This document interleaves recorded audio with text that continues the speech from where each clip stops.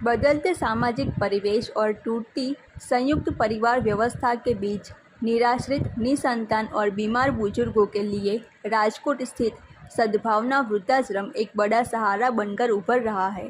यहाँ वर्षों से ऐसे वृद्धों को निःशुल्क आश्रय, भोजन, चिकित्सा और सम्मानजनक जीवन प्रदान किया जा रहा है, जिनका कोई सहारा नहीं है।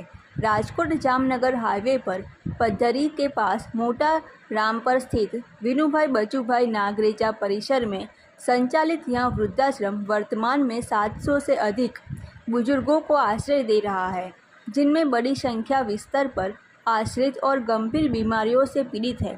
संस्था की विशेषता यह है कि यहाँ जाति, धर्म या आर्थिक स्थिति के आधार पर कोई भेदभाव नहीं किया जाता और सभी जरूरतमंदों को नियमों के अनुसार निःशुल्क प्रवेश दिया जाता है।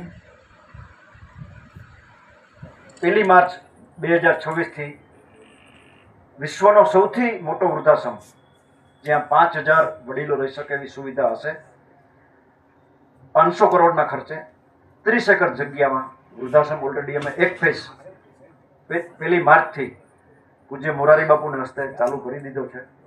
અત્યારે અમારી પાસે 700 જેટલા આવા આપણા ભગવાન સમાન, આપણા મા બાપ સમાન, આપણા માવતર સમાન વડીલો બિરાજમાન છે।